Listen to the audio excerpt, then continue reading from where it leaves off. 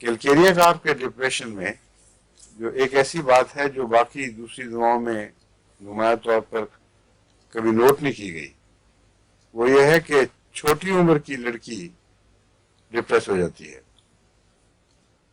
8-9 سال کی بچی ہو اور ایک دم اداسی کی شکار ہو جائے، کسی چیز میں دلچسپی نہ لے، ہر چیز سے بے نیاز ہو کے بیٹھ جائے، اس میں کیلکیریا کارپ بہت اچھی ہے.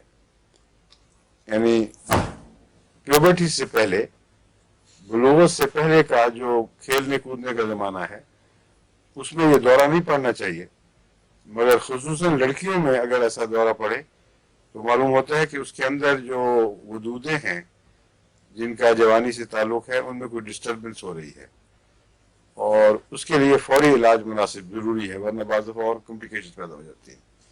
یہ اس کی ایک علامت ہے.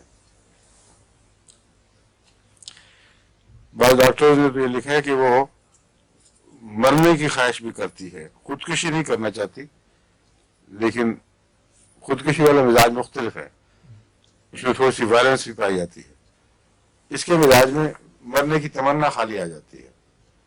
اب بڑے آدمی کے اندر تو کئی دفعہ یہ ہوتا ہے جو مایوس ہو جائے کئی قسم کے نقصانات کے نتیجے میں، مایوسیوں کے نتیجے میں، لیکن 8-10 سال کی بچی اگر یہ بات کرتی ہے تو عجیب سی بات ہے.